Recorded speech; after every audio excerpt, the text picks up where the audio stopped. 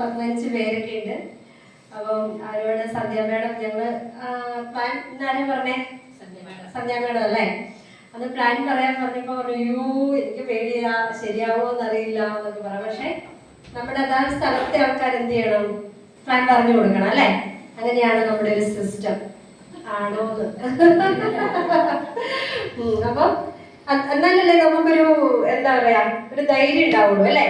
കുറച്ച് നാൾ കഴിയുമ്പോൾ ചേച്ചി ഈ പ്ലാനൊക്കെ പറയുമ്പോഴാണ് ചേച്ചിയുടെ കൂട്ടുകാർക്ക് എന്താ തോന്നുന്നേ, ആ ഇതിലേക്ക് ഇങ്ങനെ പണിയൊക്കെ ചെയ്ത് നടന്ന ആളുകളാണ്, ആ ഇംഗ്ലീഷൊക്കെ പറയാൻ തുടങ്ങി അല്ലേ. ഇംഗ്ലീഷ് പറയുന്നത് പേടിക്കണ്ട, നമുക്കറിയാവുന്ന രീതിയിൽ പറഞ്ഞാൽ മതി. അപ്പം സന്ധ്യ മേഡത്തെ കൊണ്ട് നമ്മളിങ്ങനെ പ്ലാനൊക്കെ പറഞ്ഞു ഒക്കെ. അങ്ങനെ അവിടെ നിന്ന് കുറെ നെഗറ്റീവുകൾക്കും കരച്ചിലും പിഴിച്ചിലും ഒക്കെ ശേഷം ഒരു സുപ്രഭാതത്തിൽ ഇവരങ്ങ് സ്ട്രോങ് ആയി എന്നുള്ളതാണ്. അന്ന് മുതൽ ഇന്ന് വരെ ഫിജിക്കാരനെ വിടാതെ പിന്തുടർന്ന് ഇപ്പം എത്ര ലക്ഷം രൂപ ഇട്ടിട്ടുണ്ടാവും സാറേ? 4 ലക്ഷം രൂപ. സന്ധ്യ മേഡത്തിനോ? എനിക്കൊരു 2 ലക്ഷത്തിന് മുകളില്.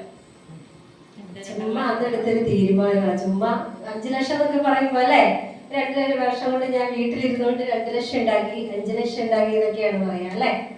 ഞാനല്ലോ പറഞ്ഞേ, ആരല്ലേ പറഞ്ഞേ അല്ലേ. അപ്പം അതാണ് അതിന്റെ ഒരു എനിക്ക് തോന്നുന്നു ഇതാണ് അതിന്റെ ഒരു ഗുണം. നമ്മൾ ചെയ്യാൻ തയ്യാറായാൽ ഉണ്ടാവുന്നൊരു ബെനിഫിറ്റ് ഇതാണ്. അപ്പൊ ഒരു 3.5 വർഷം മുമ്പ് കൊറോണ ഒക്കെ ഉണ്ടായിരുന്ന സമയം ഓർമ്മയുണ്ടോ? എങ്ങനെ ഉണ്ടായിരുന്നു കൊറോണ നിങ്ങൾക്കൊക്കെ? അടിപൊളിയല്ലായിരുന്നോ? അടിപൊളിയല്ല, നിങ്ങൾക്ക് കൊറോണ പിടിച്ചില്ല. പക്ഷെ കൊറോണയുടെ സമയം എങ്ങനെയായിരുന്നു? പെരക്കാത്തൊക്കെ ഇരുന്ന് ചക്കയും മാങ്ങയൊക്കെ കഴിച്ച് അടിപൊളിയായിട്ട് അല്ലേ. സന്തോഷമായിരുന്നോ? ആയിരുന്നോ? അല്ല, എന്താ സന്തോഷമല്ല? അതല്ലേ ഉള്ളു സന്തോഷമില്ലായ, ആൾക്കാരെ കാണാൻ പറ്റുന്നില്ല തിന്നാനുണ്ടാവണം അല്ലേ. പക്ഷെ എനിക്ക് ഭയങ്കര സന്തോഷമായിരുന്നു. തിന്നാൻ ആരും തരുമായിരുന്നു അറിയാമോ? ഞങ്ങളുടെ കുറെ സൊസൈറ്റികൾ ഉണ്ടായിരുന്നു, അവരിടയ്ക്കിടയ്ക്ക് കിറ്റ് കൊണ്ട് തരും. അല്ലാതെ എല്ലാ വീടുകളിലും ഒക്കെ കൊണ്ടുവരുമായിരുന്നു. അപ്പൊ അതിന് ആഹാരത്തിന് പഞ്ഞൊന്നും ഉണ്ടായില്ല. അവര് നമ്മളെ നന്നായി സഹായിച്ച് കുറെ പാർട്ടിക്കാരും എല്ലാ ആഴ്ചകളിലും സാധനമൊക്കെ ആയിട്ട് വരും. അപ്പൊ ഞങ്ങളുടെ നാട്ടിൽ അതിന് പഞ്ഞുണ്ടായില്ല. പക്ഷേ എങ്കില് ഞങ്ങൾക്കൊക്കെ സന്തോഷം എന്ന് പറഞ്ഞാൽ എന്താന്ന് വെച്ചാൽ എനിക്ക് കുറെ ലോണുകൾ ഉണ്ടായിരുന്നു. ഞാൻ ഫിസിക്കാർഡ് ചെയ്യുന്നതിന് മുമ്പ് ഒരു ബ്യൂട്ടിക്ക് എന്ന് പറഞ്ഞാൽ അറിയാമോ, നമ്മുടെ ഈ തയ്യല് തുണികളൊക്കെ ആയിട്ട് ഒരു സെറ്റപ്പ് ഉണ്ടായിരുന്നു കട്ടപ്പനയിൽ. അപ്പം അതിങ്ങനെ നടന്നു വരുന്ന സമയത്ത് ഞങ്ങൾക്ക് 10,000 രൂപയാണ് അതിന്റെ റെന്റ്. അപ്പം തയ്യൽ തൊഴിലാളികളൊക്കെ ഉണ്ട്, തയ്ക്കുന്ന ആൾക്കാരൊക്കെ അല്ലേ, ലൂസിമേടുണ്ട്. അപ്പൊ തയ്ക്കുന്നവരുടെ വരുമാനം എങ്ങനെയായിരിക്കും? ഓണം ആകുമ്പോ കൂടും, ഓണം കഴിയുമ്പോ കുറയും. ക്രിസ്മസ് ആകുമ്പോ കൂടും, അത് കഴിയുമ്പോ കുറയും അല്ലേ. വിഷു ആകുമ്പോ കൂടും. ഇതാണ് നമ്മുടെ അവസ്ഥ. പക്ഷെ നമ്മൾ എന്നും വാടക കൂട്ടാനും കുറയ്ക്കാനും പറ്റുമോ? ഒരേ അവസ്ഥയെ കൊടുക്കണം അല്ലേ. അപ്പൊ ഈ കൂട്ടി കൊടുക്കാൻ ഇല്ലാത്ത സമയത്ത് നമ്മൾ എന്ത് ചെയ്യും? എന്തായിരിക്കും ചെയ്യാം? കടം വാങ്ങും അല്ലേ. അപ്പം നമുക്ക് തരാൻ ഇഷ്ടംപോലെ ആൾക്കാരുണ്ട് കേട്ടോ. Micro finance, LIG, ESAF, Aashirvad അല്ലേ, ഇവിടെ ഉണ്ടോ സംഭവം? ആരൊക്കെ ഉണ്ട് ഇസാഫിലും ഡോറായിലും ഒക്കെ? ലോണുള്ളവര് കൈ പൊക്കങ്ങോട്ട് കാണട്ടെ. ധൈര്യമായിട്ട്, അതൊന്നും ഒരു നാണക്കേടൊന്നുമല്ല. കടം വാങ്ങാതെ പറ്റത്തില്ല. നമ്മൾ സാധാരണ ആൾക്കാരുടെ മനുഷ്യ ജീവിതത്തില് ബാധ്യതകളില്ലാത്തവരൊക്കെ വളരെ ചുരുക്കമുള്ളൂ അല്ലേ. ഏതെങ്കിലും ഒരു കാര്യത്തിൽ നമ്മൾ കടം വാങ്ങും.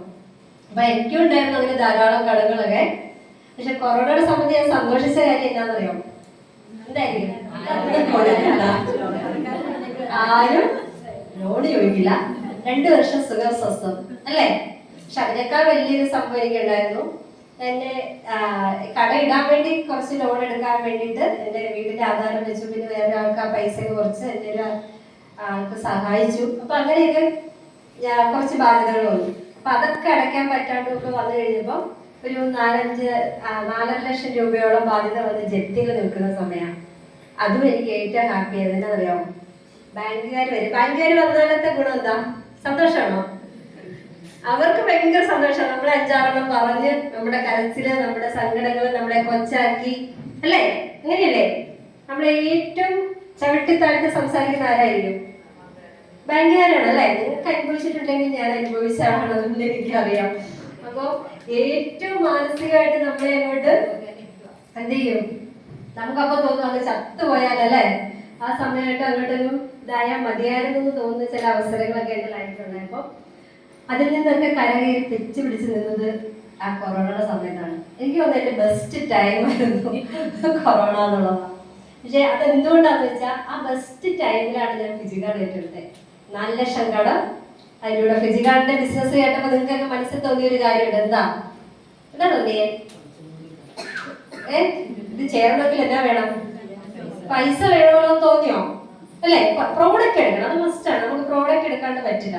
പക്ഷെ കമ്പനി പ്രോഡക്റ്റ് കൊടുക്കുന്ന കമ്പനിയാണ്. ബിസിനസ് ചെയ്യുമ്പോൾ നമുക്ക് സാധനം വേണ്ടേ? വേണം അല്ലേ? സാധനങ്ങൾ കൈമാറ്റം ചെയ്യുന്നതാണ്. അപ്പം ഈ സാധനം വാങ്ങണമെങ്കിൽ നമ്മൾ എന്ത് ചെയ്യണം? പൈസ ഉണ്ടാവണം അല്ലേ? ഇപ്പൊ എൻ്റെ ഏതോ ഒരു ലോൺ എടുത്തിട്ട് ഒരു 2000 രൂപയെ ബാലൻസ് ഉള്ളൂ. അത് കുഞ്ഞുങ്ങൾക്ക് എന്തെങ്കിലും അസുഖം വന്നാൽ മരുന്ന് വാങ്ങാനോ എന്ന് പറഞ്ഞ് ഞാൻ സൂക്ഷിച്ചു വെച്ചിരുന്നത് 2000 രൂപ. 2000 രൂപ നമുക്ക് എന്തായാലും ഫിജിക്കാർഡ് ചെയ്യാൻ പറ്റില്ല. അപ്പം ഞാൻ ആരോട് ചോദിക്കും? പൈസ ഉള്ള ആൾക്കാരോട് ചോദിക്കും അല്ലേ? അപ്പൊ എൻ്റെ ഒരു അനിയത്തി ഉണ്ട്, ആള് കുവൈറ്റിലെ നേഴ്സാ. അപ്പൊ എന്റെ അക്ഷയപാത്രം ആരായിരുന്നു എന്ന് ചോദിച്ചാൽ എന്റെ അനിയത്തിയാ. അപ്പൊ അങ്ങനെയല്ലേ, ഗൾഫിലൊക്കെ ജോലിയുള്ള ആൾക്കാരോട് നമ്മൾ എന്ത് ചെയ്യും? അയക്കും അല്ലേ? എല്ലാവരും അങ്ങനെയല്ലേ? പൈസ ഉള്ള ആൾക്കാരെ അതാണ് നമ്മൾ നോട്ടോട്ട് വയ്ക്കും. അവരോട് ചോദിക്കാം, എന്റെ മാസം ഡേറ്റ് ഒക്കെ എനിക്ക് കറക്റ്റ് അറിയാം, അവർക്ക് സാലറി കയറുന്നത്. അപ്പൊ എല്ലാ മാസം വാങ്ങണ്ടല്ലേ? അപ്പം നമ്മളിങ്ങനെ ചോദിക്കും. അപ്പൊ ചോദിച്ച സമയത്ത് ആളാണ് എനിക്ക് ഫിജിക്കാർഡിന്റെ ബിസിനസ് ആദ്യമായിട്ട് പറഞ്ഞു തന്നത്. കാരണം ആളുടെ ഒരു കൂട്ടുകാരിയാണ്, എൻ്റെ അനിയത്തിക്കാണ് ബിസിനസ് ആദ്യം പറഞ്ഞു കൊടുത്തത്. അപ്പൊ ആൾക്കെന്ത് ചെയ്ത്, ഞാൻ കുവൈറ്റിലൊക്കെ അല്ലേ, നേഴ്സാണ്, സാലറി ഉണ്ട്, അതുകൊണ്ട് എനിക്ക് ഇതൊന്നും വേണ്ട എന്നുള്ളൊരു വെയിറ്റ് ഒക്കെ ഇട്ടു. പക്ഷെ ആളെന്നിട്ട് എന്ത് ചെയ്തു? ആളെ എനിക്ക് തന്നു. എന്തുകൊണ്ടായിരിക്കും? പൈസ തന്ന ആള് മടുത്തു. പൈസ തന്നു മടുത്തപ്പോ ആള് വിചാരിച്ചു ആൾക്ക് കൊടുത്തേക്കാം, ചേച്ചി ഇതുകൊണ്ട് രക്ഷപ്പെടുവാണെങ്കിൽ ഞാനും രക്ഷപ്പെടുവല്ലേ അല്ലേ? അത്രയും പൈസ ആൾക്ക് സേവിങ്സ് അല്ലേ? അപ്പൊ അങ്ങനെയാണ് ഫിജിക്കാർഡ് എന്നെ ഞാൻ അറിയാൻ കാരണം. അപ്പൊ നിങ്ങൾ സ്വപ്ന ചേച്ചിയെ പറ്റി പറഞ്ഞു കേട്ടല്ലേ? അപ്പൊ ആ വലിയ മനുഷ്യനാണ് എനിക്ക് എന്ത് ചെയ്തിട്ടുള്ളത്? ഈ പ്ലാൻ തന്നത്. അപ്പൊ പ്ലാൻ തന്ന സമയത്ത് എന്നോട് പറഞ്ഞു, എനിക്കിപ്പോ ഒരു 2 ലക്ഷം രൂപ മാസം വരുമാനമുണ്ട്. നിങ്ങൾക്ക് വിശ്വസിക്കുമോ? മാസം 2 ലക്ഷം രൂപ നെറ്റ്വർക്കില്. ഇപ്പൊ വിശ്വസിക്കും അല്ലേ? ഞാൻ വിശ്വസിച്ചില്ല. കാരണം ഗവൺമെന്റ് ഉദ്യോഗസ്ഥർക്ക് കിട്ടിയെന്ന് പറയുന്നത് 2 ലക്ഷം രൂപയാണ് അല്ലെ? വലിയ ജോലിയിൽ ഇരിക്കുന്ന ആൾക്കാർക്ക്. അവിടെ ഇപ്പൊ ബോബി സാറിന്റെ ഒരു ബിസിനസ് ചെയ്തിട്ട് 2 ലക്ഷം രൂപ വരുമാനം കിട്ടിയെന്നൊക്കെ പറയുമ്പോൾ ഞാൻ വിശ്വസിച്ചില്ല. പക്ഷെ എന്നോട് പറഞ്ഞ ചില കാര്യങ്ങള്, എന്നോട് ചോദിച്ച ചില ചോദ്യങ്ങളുണ്ട്. എന്നോട് ചോദിച്ചു, വീട്ടിലെ സാഹചര്യങ്ങളൊക്കെ ചോദിച്ചു, മക്കളുടെ കാര്യങ്ങളൊക്കെ ചോദിച്ചു, അവർക്ക് എങ്ങനെയാണ് അവരുടെ എല്ലാ കാര്യങ്ങളും ചെയ്തു കൊടുക്കാൻ പറ്റുമെന്നൊക്കെ ചോദിച്ചപ്പോ എവിടെ കൊള്ളും? നമുക്ക് നമ്മുടെ നെഞ്ചിൽ കൊള്ളും അല്ലേ? കാരണം എൻ്റെ അത്രയും എനിക്കന്ന് മോനൊരു 6 വയസ്സ് പ്രായമുണ്ട്. അപ്പൊ ആൾക്ക് ഒരു കാര്യങ്ങളും എന്ത് ചെയ്യാൻ പറ്റുന്നില്ല, ഒരു ആഗ്രഹങ്ങളും സാധിച്ചു കൊടുക്കാൻ പറ്റുന്നില്ല എന്നുള്ളത് വലിയൊരു സത്യമാണ്. നല്ല ആഹാരം കൊടുക്കാൻ പറ്റുന്നില്ല, നല്ല ഡ്രസ്സ് ഇട്ട് വാങ്ങിച്ചു കൊടുക്കാൻ പറ്റുന്നില്ല. ഒരു ഡ്രസ്സ് എടുക്കും 500 രൂപയിൽ താഴെ കിട്ടുമെങ്കിൽ 2 പേർക്ക് എടുക്കും. അപ്പം അതൊക്കെയായിരുന്നു നമ്മുടെ ലൈഫ് എന്ന് പറയുന്നത്. അപ്പൊ അതൊക്കെ അവരുടെ ആഗ്രഹത്തിനനുസരിച്ച് പോവാൻ പറ്റാത്തൊരു സാഹചര്യത്തിൽ ഞാൻ നിന്നപ്പോ ചേച്ചിയോട് ചോദിച്ചു, നിങ്ങൾക്ക് ഇതൊക്കെ മാറ്റി ചിന്തിക്കണ്ടേ? വേണോ? വേണം അല്ലേ? എന്നെ സംബന്ധിച്ച് മാറി ചിന്തിക്കണം എന്ന് വിചാരിച്ചാൽ എനിക്ക് ചുറ്റുമുള്ളത് കുറച്ച് കടങ്ങൾ. അപ്പൊ നമുക്ക് മാറി ചിന്തിക്കാൻ പറ്റുമോ? അപ്പൊ എന്നോട് ചോദിച്ചു, ഈ ബിസിനസ്സിലൂടെ നിനക്ക് മാറി ചിന്തിക്കാൻ പറ്റിയ അങ്ങനെ ഒരു വിശ്വാസം നീ കൊണ്ടുവന്നാൽ നിനക്ക് ചെയ്യാൻ പറ്റില്ലേ എന്ന് ചോദിച്ചു. ഞാൻ കൂടെ നിന്നാൽ നിനക്ക് ചെയ്യാമോ? അപ്പൊ എന്റെ ലൈഫിൽ ഇന്ന് വരെ ഒരാൾ പോലും എന്ത് ചെയ്തിട്ടില്ല, ബാ നിന്നെ രക്ഷപ്പെടുത്താം, ഞാൻ നിന്റെ കൂടെ ഉണ്ടെന്ന് എന്റെ കെട്ടിയെന്നല്ലാതാരും പറഞ്ഞിട്ടില്ല. ആൾക്ക് നിവർത്തിയില്ലാത്തതുകൊണ്ട് പറയുന്നതാ കൂടെ നിൽക്കാന്ന്. അപ്പം അങ്ങനെ എന്നോട് പറഞ്ഞ ഒരാളായിരുന്നു സ്വപ്ന ചേച്ചി. അന്ന് എനിക്ക് തോന്നി എന്ന ആളുടെ വിശ്വാസമല്ലേ ഇവരൊക്കെ വന്ന് നിങ്ങളോട് പറയുന്ന പോലെ ഞാൻ എന്ത് ചെയ്തു? സ്വപ്ന ചേച്ചി പറഞ്ഞത് ഞാൻ വിശ്വസിച്ച ആളെ കണ്ടിട്ടുണ്ട്. നിങ്ങൾക്ക് ഇവരെ കാണുന്നുണ്ടല്ലേ, കിരൺമാരെയൊക്കെ കണ്ടില്ലേ, സുദർശൻ സാറിനെ ചേച്ചിയൊക്കെ കണ്ടു. പക്ഷെ എന്ത് ചെയ്തിട്ടുണ്ട്? സ്വപ്ന ചേച്ചിയുടെ ഫോട്ടോ പോലും അത് ഞാൻ കണ്ടിട്ടില്ല എങ്ങനെയിരിക്കുന്നതെന്ന്. അപ്പം പക്ഷെ എന്തോ നമുക്ക് പറയില്ലേ, ദൈവം നമ്മൾക്ക് വേണ്ടിയിട്ട് തരുന്ന ചില കാര്യങ്ങൾ അല്ലെ, ചില സാഹചര്യങ്ങള് നമ്മൾക്ക് എന്താണ് ദൈവം നമ്മളിലേക്ക് എത്തിക്കും എന്ന് പറയാറില്ലേ? ഒരുപക്ഷെ എൻ്റെ ഒരുപാട് പ്രാർത്ഥനയുടെ ഫലം എനിക്ക് തോന്നുന്നു സ്വപ്ന ചേച്ചിയുടെ രൂപത്തിൽ എൻ്റെ മുന്നിലേക്ക് വന്നു എന്നുള്ളതാണ്. അന്ന് ചേച്ചിയോട് പറഞ്ഞു, നീ കയറി നിൽക്ക് എന്ന് പറഞ്ഞു. ഏകദേശം നമ്മൾ സാധാരണ ചോദിക്കുന്ന ഒരു ചോദ്യം, എത്ര രൂപയാവും? അപ്പൊ എന്നോട് ചോദിച്ചു, നിനക്ക് എത്ര രൂപയുടെ എടുക്കാൻ പറ്റും എന്ന് ചോദിച്ചു. ഞാൻ ചോദിച്ചു ഒന്നുമില്ല. അപ്പൊ പറഞ്ഞു, ഇപ്പൊ എത്ര രൂപ കടയുണ്ട്? ഒരു 5-6 ലക്ഷം രൂപ കടമുണ്ടെന്ന് തോന്നുന്നു. അന്ന് എനിക്ക് 6 ലക്ഷം ഒക്കെ ഉള്ളൂ എന്ന് തോന്നുന്നു. അപ്പൊ അങ്ങനെ പറഞ്ഞ സമയത്ത് പറഞ്ഞു അതിന്റെ കൂടെ ഈ കുറച്ച് പൈസയും കൂടെ ഇതിന് എത്രയാണോ പ്രോഡക്റ്റിന് വേണ്ട അതും കൂടെ കടം വാങ്ങും എന്ന് പറഞ്ഞു. അപ്പം 4 ലക്ഷത്തിന്റെ കൂടെ പ്ലസ് 100 പോയിന്റ് പ്രോഡക്റ്റ് എടുക്കാനുള്ള പൈസ കൂടെ ഞാൻ കടമാക്കി. എന്നിട്ട് എന്ത് ചെയ്തു? ഫിസിക്കാർഡ് ചെയ്തു എന്നുള്ളത്. നിങ്ങൾ കടം വാങ്ങി ചെയ്യണമെന്നല്ല ഞാൻ പറഞ്ഞത്, ഞാൻ ചെയ്ത ഒരു കാര്യമാണ് പറഞ്ഞത്. പക്ഷെ അത് ചെയ്തത് ഏകദേശം 100ാമത്തെ ദിവസം ഞാൻ എൻ്റെ അക്കൗണ്ടിൽ ഏകദേശം ഞാൻ DSM എന്ന് പറയുന്ന റാങ്കിലേക്ക് വന്നു. ഏകദേശം ഒരു 6-7 ലക്ഷം രൂപയോളം എൻ്റെ അക്കൗണ്ടിൽ വന്നു എന്നുള്ളതാണ്. ഞാനൊരു 7ാമത്തെ റാങ്ക് DSM എന്ന DSTM എന്ന് പറയുന്ന റാങ്കിലേക്ക് ഒരു 100 ദിവസങ്ങൾ പിന്നിട്ടപ്പോൾ എത്തി. ഏകദേശം ഒരു 4-5 മാസം കൊണ്ട് എനിക്ക് ഞാൻ ആ റാങ്കിലേക്ക് കടന്നു എന്നുള്ളതാണ്. കാരണം എന്തുകൊണ്ടായിരിക്കാം? എൻ്റെ ആവശ്യം അത്രയുമായിരുന്നു. ഞാൻ പറഞ്ഞവരൊന്നും എന്നോട് അതൊന്നും ശരിയാക്കി പറഞ്ഞില്ല, യെസ് പറഞ്ഞിട്ടില്ല. പക്ഷേ എനിക്ക് മനസ്സിലായി, ഫിസിക്കാർഡിൽ ജോയിൻ ചെയ്തതിന് ശേഷം എനിക്ക് മനസ്സിലായ ഒരു കാര്യമുണ്ട്.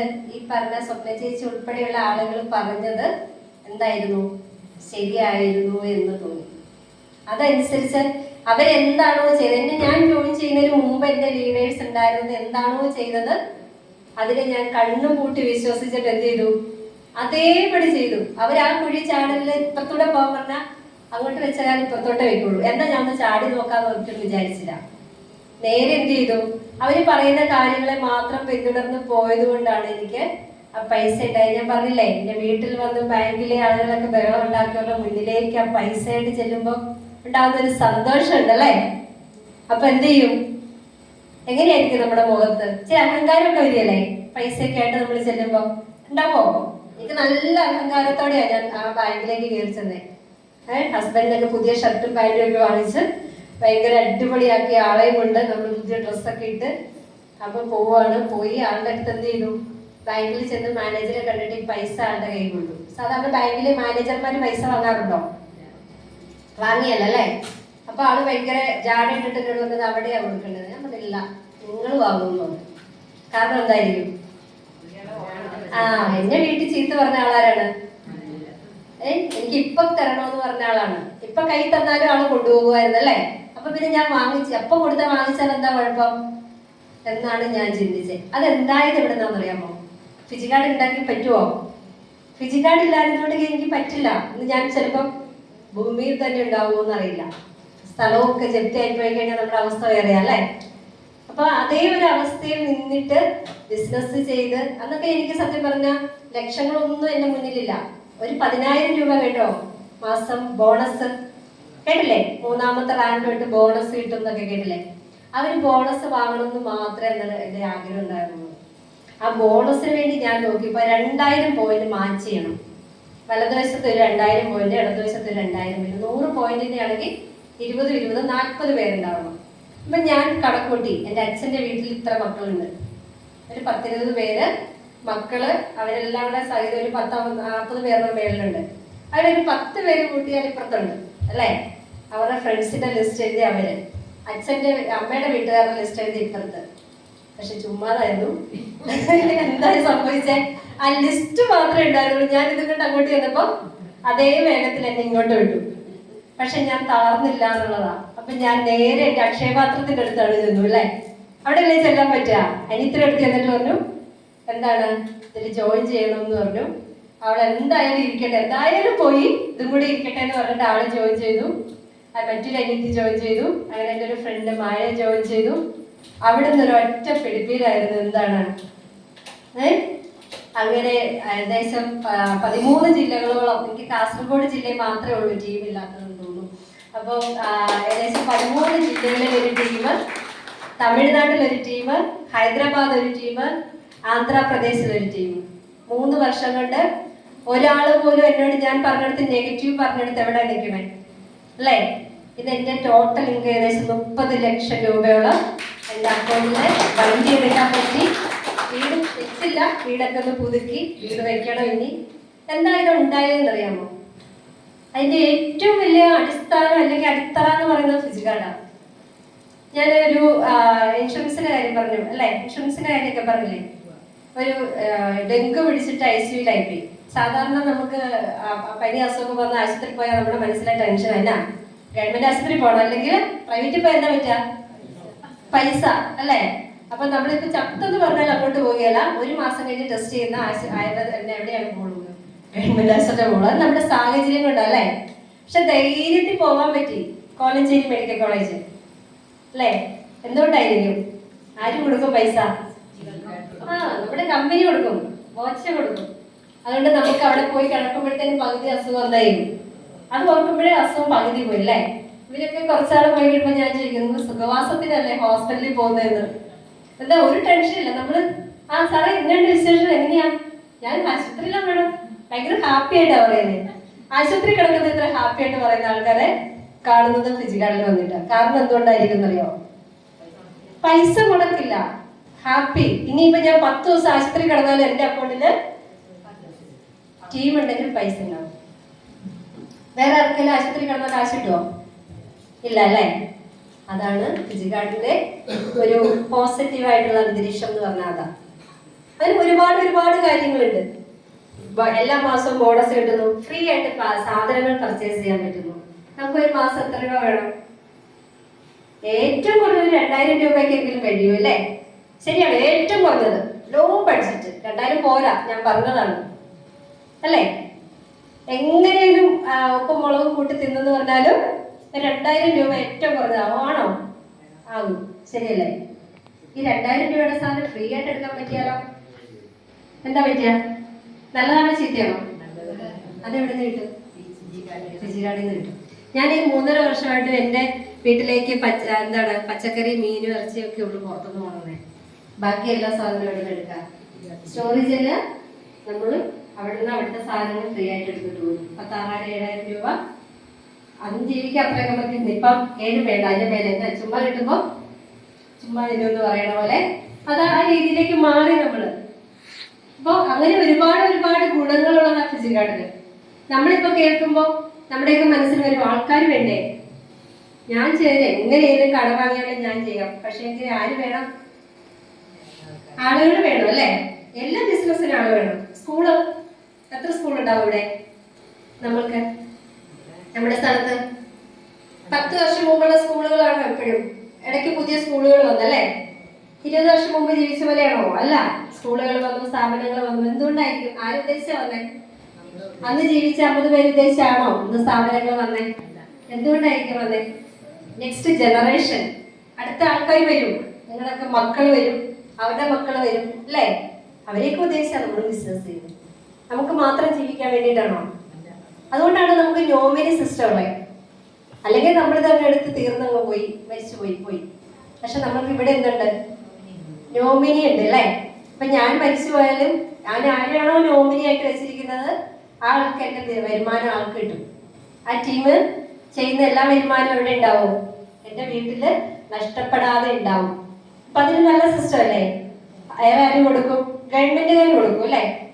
നമ്മൾക്ക് ജോലിയിൽ ഇരുന്ന് മരിച്ചൊക്കെ പോയി കഴിഞ്ഞാൽ ആരും കൊടുക്കും? ഗവൺമെന്റ് കൊടുക്കും. പക്ഷെ എന്തുണ്ടാവണം എന്നറിയാമോ?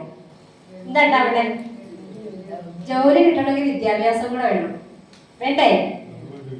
ഗവൺമെന്റ് ജോലി, അച്ഛൻ മരിച്ചുപോയി, മോൻ ആ ജോലി കിട്ടണം. ചുമ്മാ ഇതിൽ നടക്കുന്ന ഒരു മോനെ പിടിച്ച് ജോലി കൊടുക്കുവോ?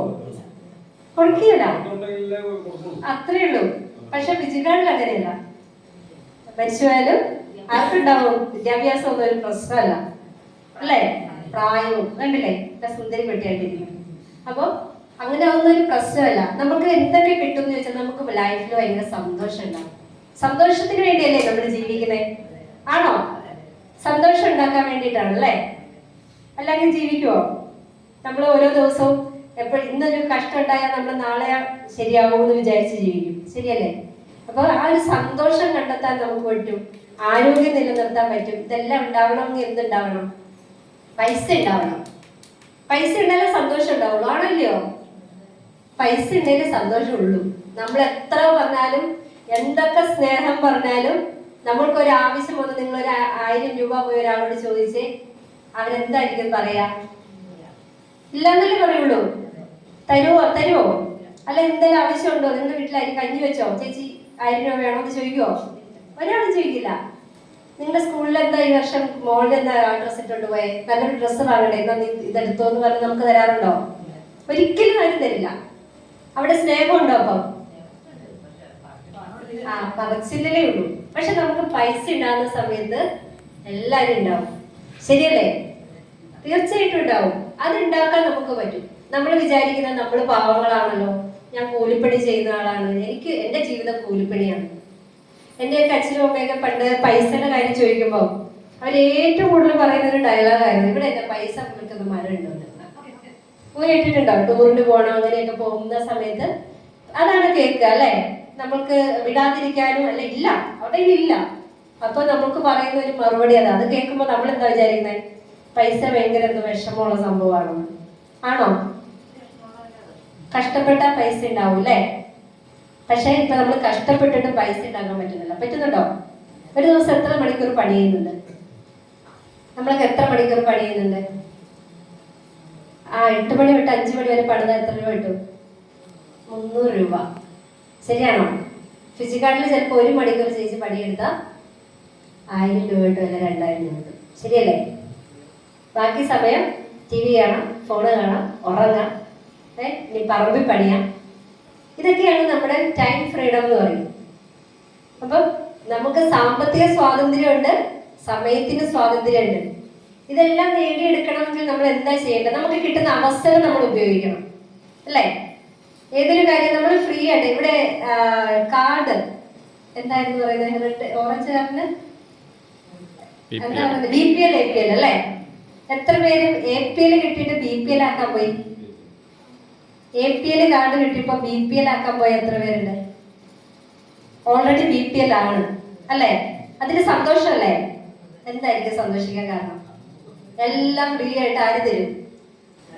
സർക്കാർ തരും അല്ലേ? അതാണ് നമ്മുടെ പ്രശ്നം. നമ്മൾ APL ആയാൽ എന്താ കുഴപ്പം? എന്താ കുഴപ്പം? എന്താ കുഴപ്പം? അല്ല, നമ്മുടെ മനസ്സാ പ്രശ്നം. മനസ്സിലായില്ലേ? നമ്മൾ BPL ആയിരിക്കുമ്പോഴാണ് നമുക്ക് എല്ലാം കിട്ടുന്നത്. നമുക്ക് ചുമ്മാ ഇരുന്നാൽ മതി. ഇതൊക്കെ ഒരു എന്താണ്, രാഷ്ട്രീയത്തിന്റെ തന്ത്രങ്ങൾ അതുണ്ടാവും. അത് ലോകത്തെ സഹജമായിട്ട് നടക്കുന്ന. പക്ഷെ നമ്മൾ മാറി ചിന്തിക്കണം. നമ്മൾ APL ആയി നമുക്ക് ഒരു കുഴപ്പമില്ല. നമ്മുടെ കാർഡ് APL കിടക്കുമ്പോൾ വെയിറ്റ് അല്ലേ? ആണോ? വൈറ്റ് കാർഡിലൊക്കെ നിൽക്കുന്ന സമയത്ത് ശരിയല്ലേ? അങ്ങനെ ആവണ്ടേ? നമ്മളെ ഇങ്ങനെ ജീവിച്ച് നമ്മുടെ മക്കളെ ആ വൈറ്റ് കാർഡിൽ ജീവിക്കണ്ടേ? ജീവിക്കണോ? അവര് ഓറഞ്ചിൽ പോയാൽ മതിയോ? പോരല്ലേ? അവര് നല്ല ഡ്രസ്സ് ഇടണ്ടേ? നല്ല വീട്ടിൽ ജീവിക്കണ്ടേ? നല്ല വണ്ടിയിൽ പോകണ്ടേ? അപ്പൊ നമ്മൾ എന്താ ചെയ്യണ്ടേ? നിങ്ങൾക്ക് അതെല്ലാം കൊടുക്കാൻ പറ്റുമോ? കൊടുക്കാൻ പറ്റുമോ? ഇപ്പോഴത്തെ 300 രൂപ സിറ്റുവേഷൻ വെച്ചിട്ട് എന്റെ ഹസ്ബൻഡിന് 700 രൂപ ഉണ്ടായിരുന്നുള്ളൂ. ഞാൻ ഫിജിക്കാർഡ് വരുന്ന സമയത്ത് കൂലി പണിക്ക് പോയാ 700 രൂപയ്ക്കാണ് ഞാൻ ജീവിച്ചേ. പിള്ളേരുടെ കാര്യം നോക്കണം, പിള്ളേർക്ക് അസുഖം വന്നാൽ 700 രൂപയിൽ കൊണ്ടുപോകണം. വീട്ടിലേക്ക് സ്നാക്സ്, പാല് വാങ്ങിച്ച് 2 സ്നാക്സ് വാങ്ങുമ്പോൾ 200 രൂപയാവും അല്ലേ? പിന്നെ എന്നാ ഉണ്ട്? 500 രൂപ. അതിൻ്റെ ഇടയ്ക്ക് അടുക്കളയിലെ കാര്യങ്ങൾ നോക്കി വരുമ്പോൾ ഒന്നും ഉണ്ടാവില്ല. ശരിയാണോ? അപ്പൊ മെച്ചം വെക്കാൻ നമുക്കൊന്നും ഉണ്ടാവില്ല. പക്ഷെ അങ്ങനെ ജീവിച്ച ഒരാളെ എന്റെ സുപ്രഭാതത്തിൽ ഞാൻ ഫിജിക്കാർഡ് ചെയ്ത സമയത്ത് എന്നോട് നെഗറ്റീവാണ് പറഞ്ഞത്. നിനക്ക് വേറെ പണിയില്ലേന്ന് ചോദിച്ചു. വീട്ടിലെ ആൾക്കാർ വന്നിട്ട് അവിടെ പോയി പ്രശ്നം തീർക്കാൻ എനിക്ക് പറ്റില്ല എന്നൊക്കെ പറഞ്ഞു. പക്ഷെ ഞാനൊരു തീരുമാനം എടുത്തു, എന്തായാലും ചേരണം. ആണ് ഞാൻ ജോയിൻ ചെയ്ത് കഴിഞ്ഞാൽ അവിടെ ആദ്യം പറഞ്ഞപ്പോ നെഗറ്റീവ് പറഞ്ഞു. എന്നിട്ട് ഞാൻ എന്ത് ചെയ്തു?